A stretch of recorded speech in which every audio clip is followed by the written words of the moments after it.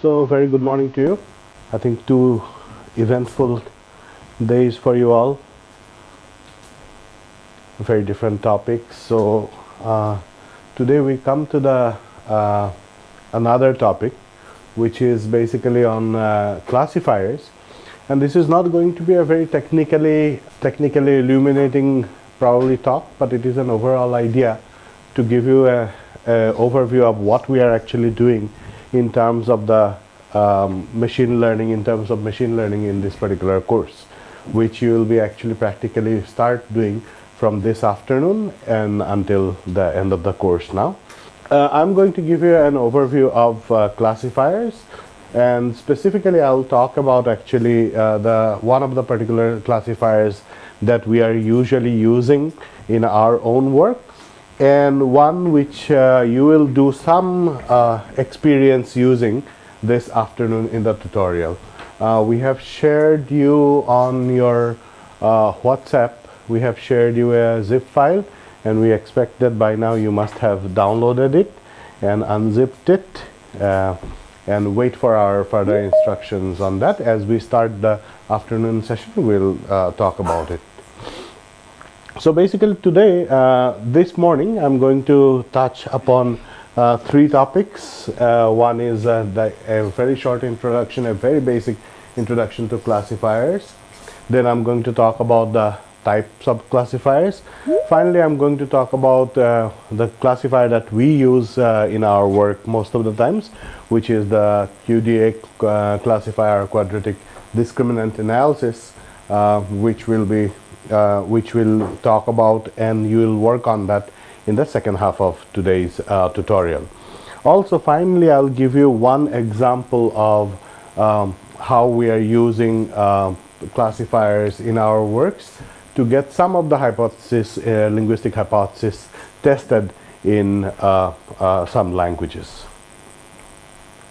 So if you remember on the first day when I was talking to you about different works, what are the works that are done using different sorts of different levels of machine learning, I talked to you about this work on rhythm, and I showed you this particular slide where, if you remember, I showed you that with the rhythm characteristics and some other temporal measurements, we tried to see how much we will be able to predict the region the person comes from based on the rhythm that they produce or other temporal measures that they produce. So we had some of those measurements such as syllable per segment per second, syllable per second, and then these are the standard measurements that are used to capture rhythm.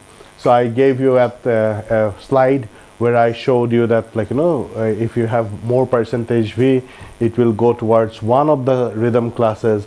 If it is more NPVIV, then it will go to another class of rhythm measurements, if you remember. If you don't remember about it, don't worry about it. I can just quickly go over this one. So what we did is that in the example that I gave you on day one, what we did is that we collected the speech data from Assamese speakers reading North Wind and the Sun in Assamese, right?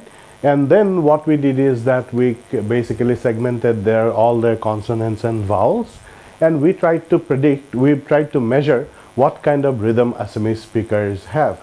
And then, if you remember that one particular graph that I have provided you on in lecture 1, in that graph we saw that Assamese basically clubs together with Japanese and some of the Mora-timed languages, not with English, not with Spanish, which are stress-timed and syllable-timed languages. Then what we had in that database is that we had the data from 5 different regions of Assam, 5 different towns of Assam actually, and we tried to see if we can discriminate, if we can classify those towns automatically or not. So this is what I have told you that other day, that the 3 dialect areas which these 5 towns belong to, the 3 dialect areas being Eastern Assam, Central Assam and Western Assam, we could successfully classify them automatically with an accuracy of about 47.4%, right? And the 5 regions together, when we tried to find out where the speech comes from, in that case we could actually discriminate with an accuracy of about 43%. That is what our conclusion was at that point of time. So here we have shown that what happens when we are actually using the system, the classifier that we were using to predict which region a speech comes from. If we give only one feature, which is segments per second, this is the accuracy that we get for one of the 5 towns. For predicting one of the 5 towns, it is about 24%. If it is like one of the 3 dialect areas, like eastern, western, or central, it is about 40%. However, as we add more and more features, if you can see, here are the single features. Here I'm adding like segment per second plus syllable per second, should have been syllable per second, and then it goes a little bit higher than the previous one. But if we add the other features, which are the rhythm features like percentage V, delta V, Varco V, etc., then it jumps up to a higher accuracy and goes up all the way to about 42.1% of accuracy of predicting the correct town, one of the 5 towns, when we add all the features together. Similarly, when we are looking into dialect areas, one of the 3 dialects, which of the dialect areas does it belong to, that prediction has an accuracy of about 47.2%. Now there are like other things happening. For example, if you take off one of them, the accuracy increases. If you take one out of this one, the accuracy in the dialect idea, etc., increases. What I wanted to understand from here is that I wrote something like the 5 dialects, 5 regions are discriminated, right? And when I'm talking about these 5 regions were discriminated with an accuracy of 42.8%, this discrimination was done automatically. The machine basically did it. So we provided an unlabeled data to the machine and asked it, so with the data that you have got so far, can you predict what is the dialect this speech belongs to? And then it could do it 42.8, almost 43 times out of 100 times, it could do it correctly. So we provided data to the system from 5 different regions, which were the Tinsukia, Jorhat, Nagaon, Borpeta, and Nalbari. They come from when I'm writing this, I'm actually writing from east to west. So you can probably visualize in your mind. So the middle one is actually in the middle, and the last 2 are in the western part of Assam. So we provided, as I said, all the rhythm measures, all the rhythm values, percentage V, Varco V, etc., for each sentence produced by each speaker with their regions indicated. So what we did basically is that when we got the north wind and the sun, we chopped each breath group actually, wherever the person stops, starts breathing, that is where we stopped it. For example, you can say something like Uttara Patahar Belir Mazat, there may be somebody may start breathing. So we consider that as a break and we mark it there, and we take only the portion between one breath to the other breath. So we take a breath group, right? Another criteria we followed while doing that is that actually if you have very short breath groups, these kind of measurements are not effective. So we made sure that we take at least 7 syllables in each breath group. So the minimum number of syllables in a breath group should be 7. And why 7? Well, there are people who have done research before, and they have shown that until 7 syllables, it is not probably a good measurement. From 7 syllable onwards, it becomes a much more reliable measurement. That's why we take 7 syllables per breath group. So we use that kind of data, and then we extracted all these different measurements. How we got the different measurements? Some of the measurements are very easy, as I have told you the other day. Percentage V, basically it is the how much of the total speech has vowels, right? But if we go on to NPVI and some Varco V, etc. measurements, then we are going to a bit more complicated when we are looking at one duration in relation to the following duration, and so on and so forth, right? So that is kind of complicated. If you are interested in knowing more about these measurements, of course we can talk in the break, and also, like, I can suggest you some readings, but at this point of time, like, knowing about these measurements is not our goal. Nevertheless, when we collected the data and when we basically extracted all the measurements, so the spreadsheet on which we have collected the data would look something like this. On the first column, you can probably see regions are written. So Jorhat, Nalbari, Jorhat, Nalbari, Barpeta, Jorhat, Nagaon, Tinsukia, etc. All these 5 regions are there. Right? We have actually collected all the data, and we have got all the measurements together and put it on the sheet. Right? Then we have the speaker information such as JF02, JF03, etc., etc. Then we have gender marked there, again from the second character of the file name, of the speaker name. Actually, you can already guess what the gender is gonna be here. So we have given FF, MM, etc.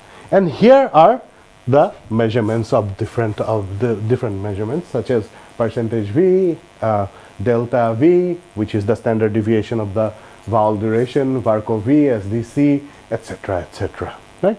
So we have got our spreadsheet or our raw data, right, arranged like this to be processed in the following steps. Now, let's assume what we asked the machine to do is that we provided a new data to the machine, somewhat like this, what you can see on the screen now in the red letters, and we asked, can you guess where it is from? Right. Now I want you to take 1 minute, maybe 1.5 minutes, and see if you can predict actually which region this data is from. So some people have said Nalbari. Absolutely right. How did you do that?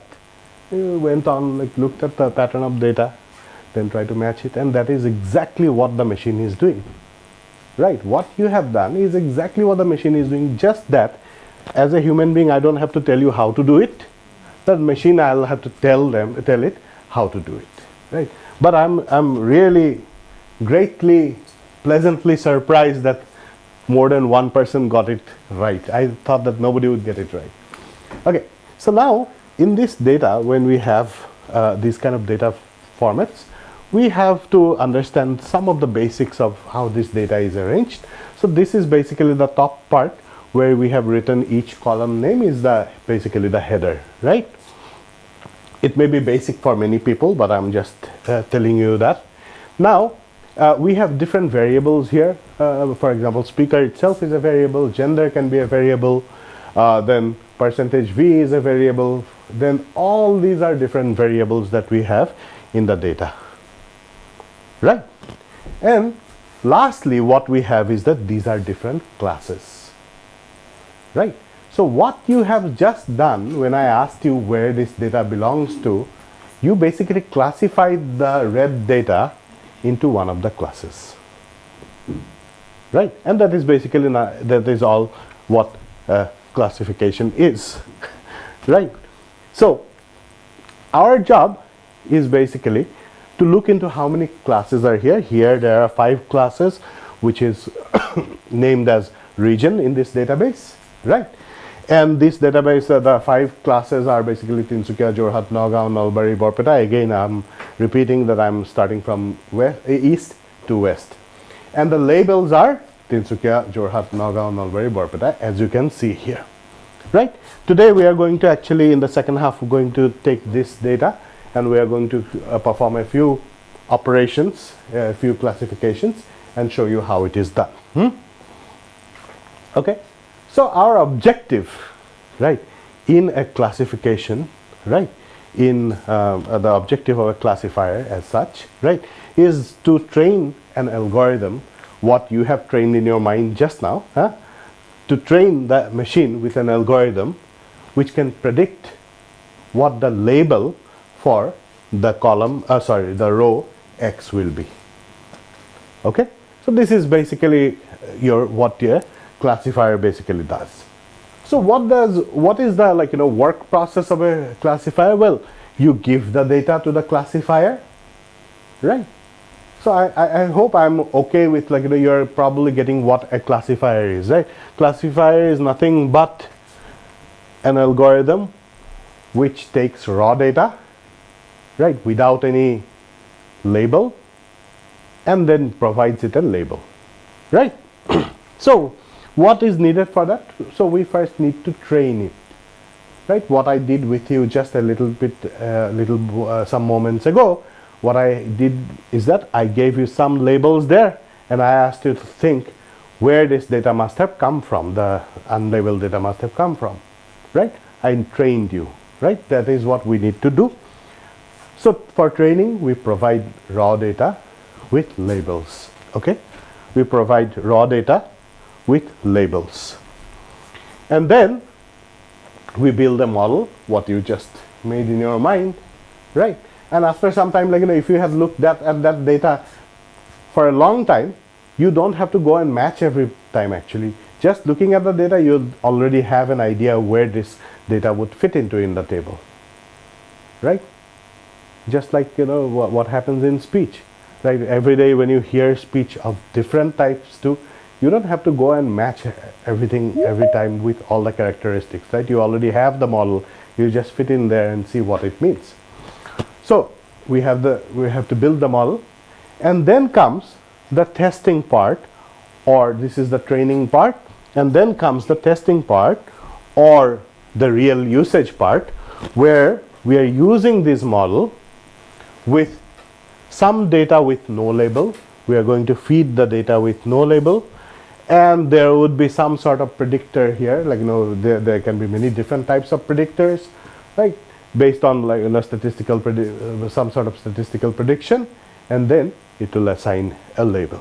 So this is what basically a classifier does.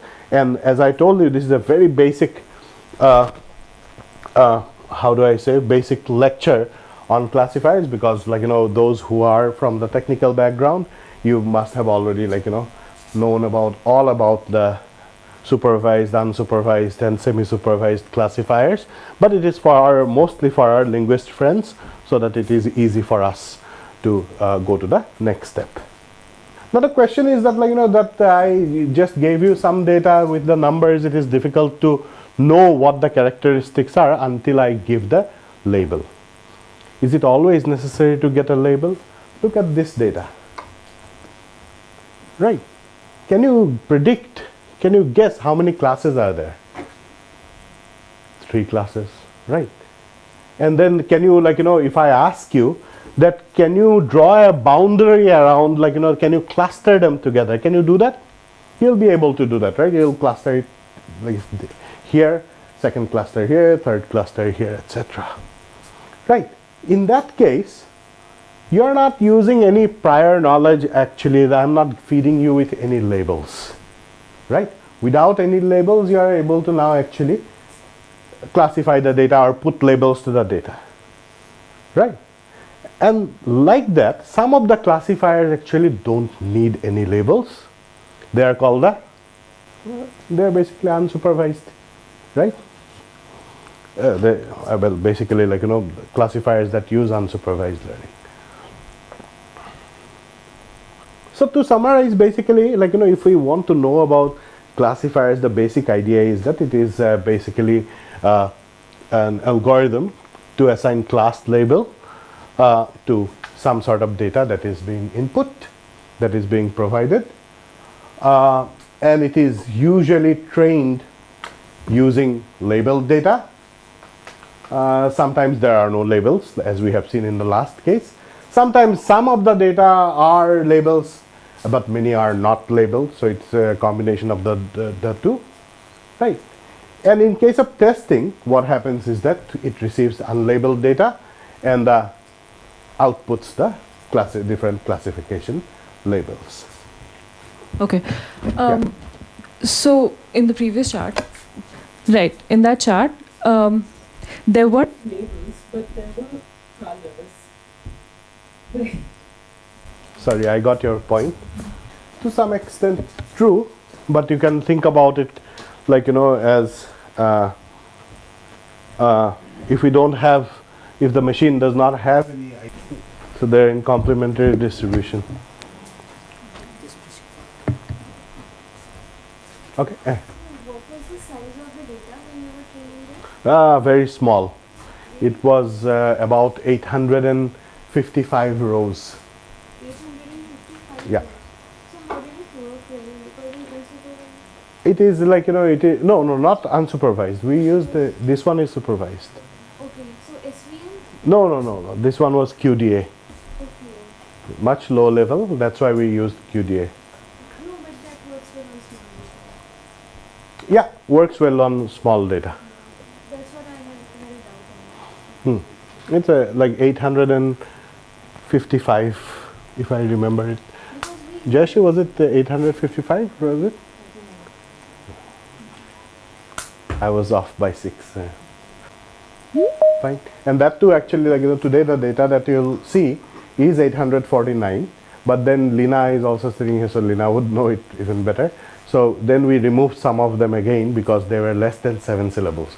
Today you will see some data that will come with actually less than 7 syllables also, but we are keeping that there. I cannot recall that paper we said, how many I don't remember. Anyway, so yeah, QDA is very good for that. That's why, that's the last bullet point of the slide actually, that why like, we are using QDA. So I gave it out already. So like, these classifiers perform a lot of different tasks. One of the interesting thing that I was doing yesterday, I was looking for something on Google Translate, and as soon as I typed in another language, it automatically goes and detects it. Right? Imagine like, the number of classes it might have. Right? There are like, 200 languages there, but it immediately like, caught that you're writing in Assamese, so like, it changed the screen, right? So, and then you get much more interesting and much more complicated things like this. That different types of dogs. I always give this example of different types of dogs because the dogs are the most varied, I think, like, in terms of size and shape and everything. You can have a dog this big and then have a dog probably bigger than a cow or something, right?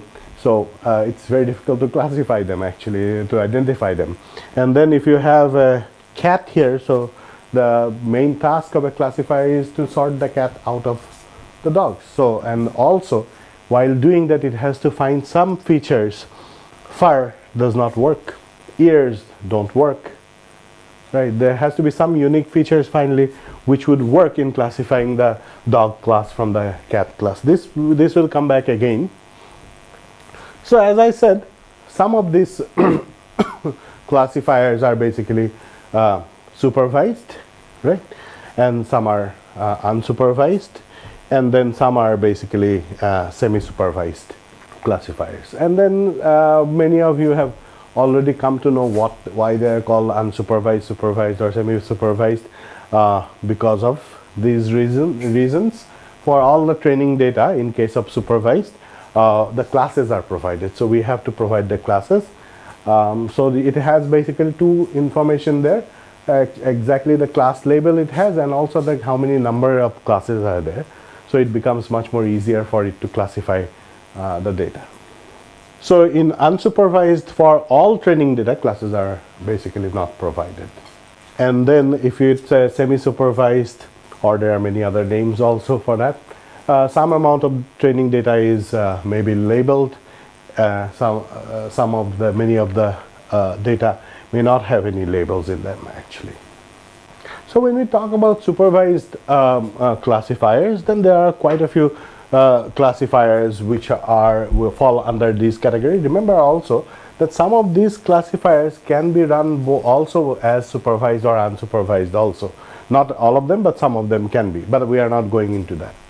So one is the supervised classifiers and support vector machines, SVM, the very common ones. Linear regression, very basic ones. Logistic regression. Then random forest, where you have you make basically decision trees and different types of decision trees with different variables and try to get the best score averaged out of all the decision trees to make a judgment on what the predicted class should be. Then the one of the more advanced one, but yet very how do I say, very which can deal with very simple data, is something like linear discriminant analysis. So basically it can only discriminate between two classes which are kind of well separated and which do not have much overlapping boundaries. If it is more complex data, it cannot work very well. But the better than that is our own the quadratic discriminant analysis, because quadratic discriminant analysis is some sort of very flexible classifier, and I'll show you why it is a flexible classifier in a little bit from now. So these are the supervised classifiers which are used for classifying data, right? And as I have shown you that we are using quadratic discriminant analysis in many of our works to classify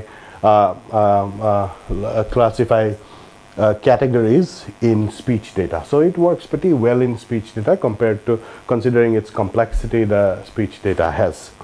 So you have, we also have the unsupervised methods such as k-means clustering. So it basically given a random set of data, then it finds the best cluster like what you have done just now, right? And provides clusters. Then principal component analysis, Uri has already talked about it on day 1, I guess, right? And it also is also dimension reduction. It performs dimension reduction also. So what it does is that if there are let's say all those variables that you saw from V1 to V9, some of the variables, if they are not very useful, it will actually indicate which ones are very useful and which ones are not very useful. So it will find out the principal components in the data itself. So GANs, many of you have probably used generative adversarial networks already.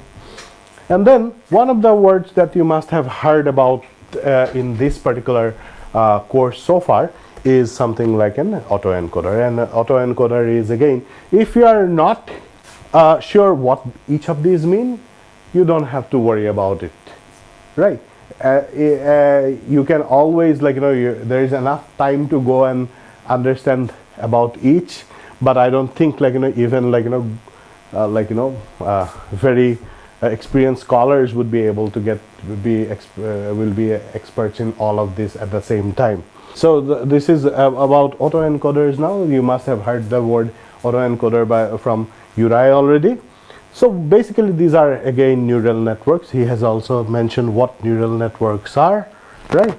It creates, it uses networks and then encodes the inputs into smaller representations. So basically, again, just like PCA, it just dimension reduction, and it finally contains only the important information that is there. How it finds the important information is very interesting, because it goes back and forth, tries to see whether that information is enough to classify this, because I already know the labels there, right? It goes and checks, okay, if I take only this information, would it work back? No. Okay, I'll go and get one more, or add or delete one more information or one more feature. So it goes back and forth and runs and understands what the best information to represent the data will be, right? So finally it gets only the important information that is enough to have this the data represent correctly.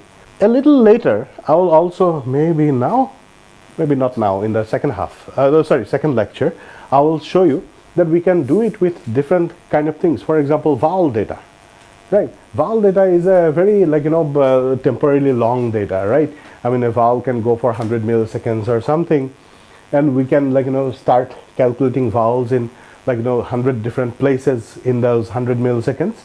However, what we can also do is that we can actually make a summary of that whatever is happening in 100 milliseconds and give only one feature for each vowel, which actually captures the property of vowel very well, or tone, or any of the linguistic features, and then which is easier for us to work with classifiers like this, which we feed again as features in the classifiers. So these are basically like, the small, it basically what it does is that it goes back and forth and finds out which smaller representation is the best, which can best represent the input data. And these smaller representations that I'm talking about, these are basically called the latent spaces, right? Which is one word that Uri has been using in, I think, at least once, twice, or thrice so far, right? So these are called, basically smaller representations are called latent spaces that we use to probably give property or like, provide characteristics to some sort of speech data or some from some dialect data, etc. So again, so if you look into like any kind of classifier or any kind of neural network tutorial, then you will see pictures like this, because as I said, this cat and dog, there are two things that are happening. Like, it is a complex problem, number one. Secondly, on internet there are lots of dogs and cat pictures that are available for free. Like, everybody posts a cat and dog picture once in at least in their life. So like, we have a lot of these data and they keep on appearing. So if you look into this cats and dogs data, then what is happening is that we can see that each of them have different height and tail length, etc., right? And if you consider like, the cat class and the dog class, right, maybe you will be able to get the most important information from its height and the tail length, right?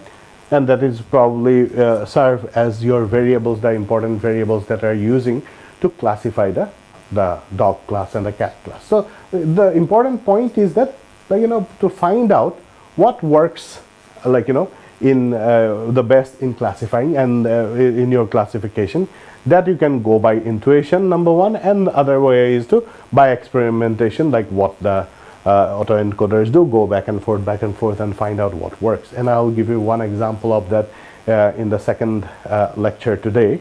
Also, how we find out what are the most important variables in certain classification algorithms.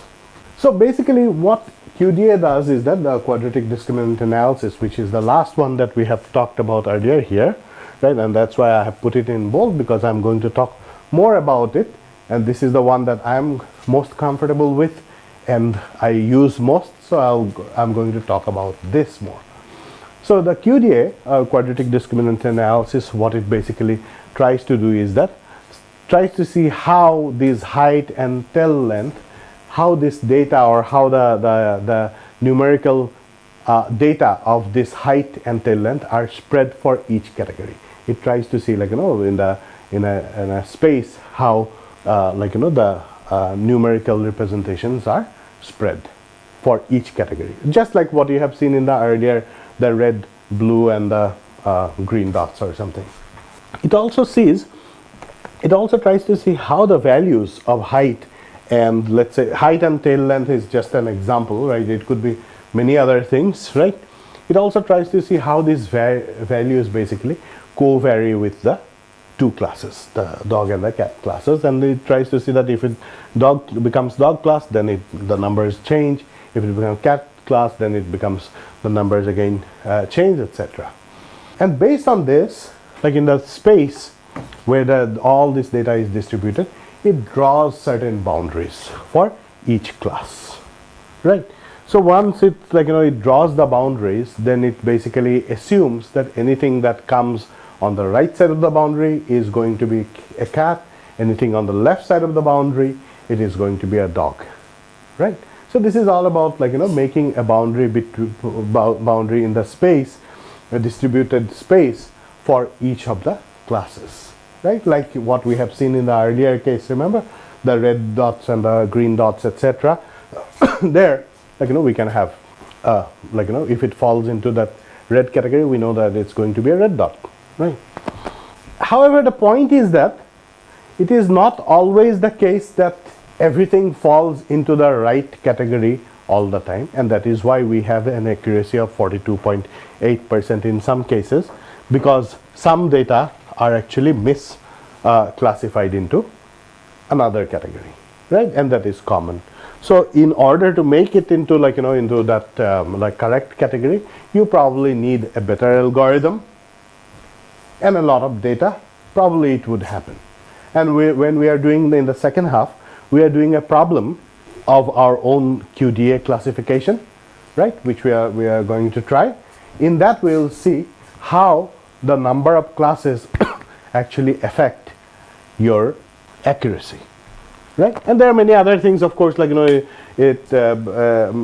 affect the accuracy, which I'm going to talk again.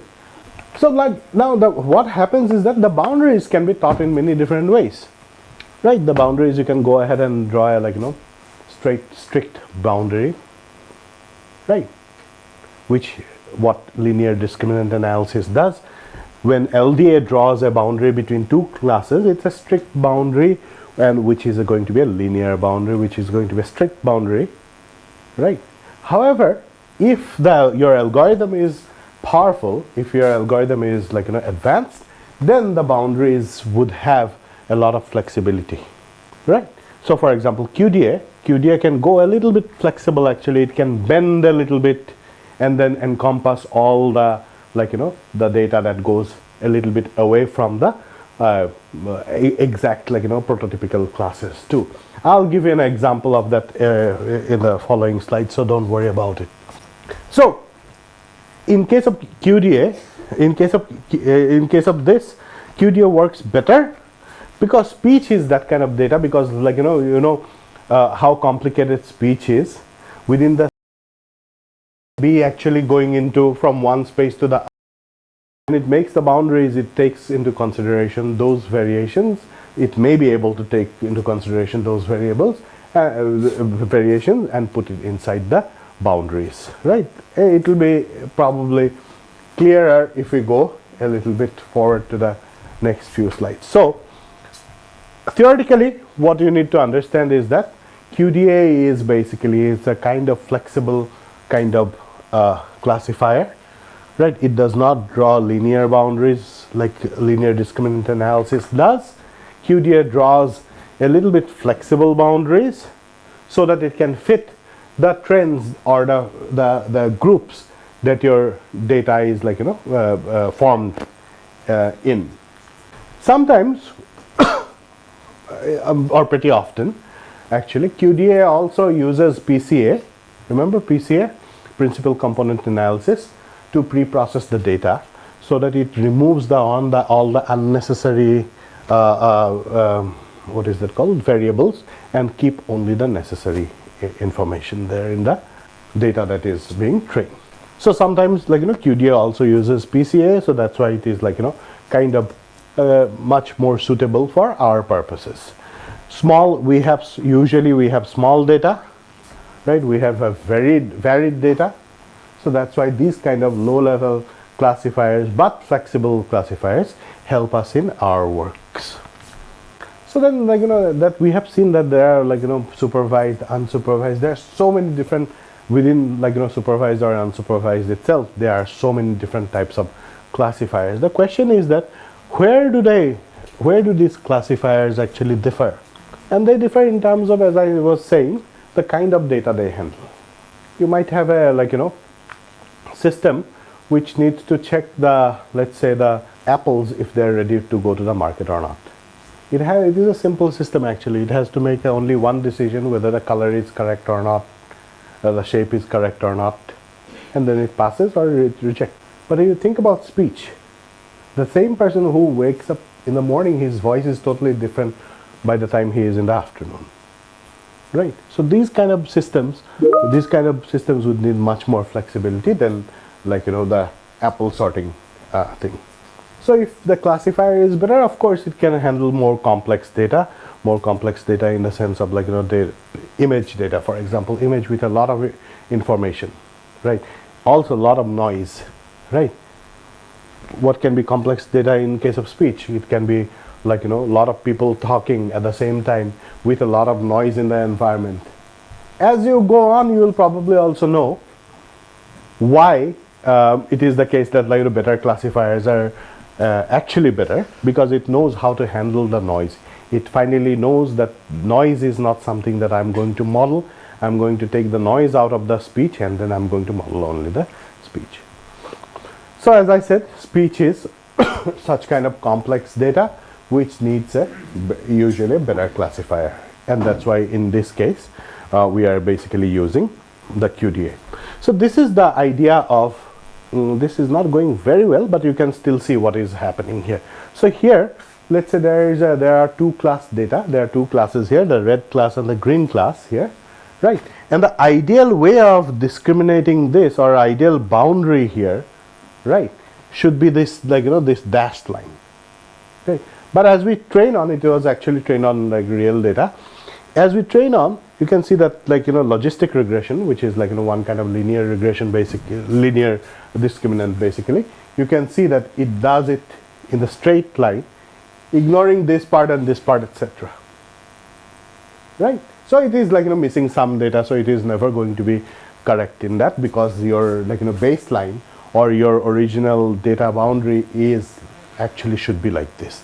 This is the ideal data boundary. Now let's look into QDA. QDA actually, see, its boundary is exactly like this. It is already flexible boundary, and it also makes it flexible based on how you populate the data, right?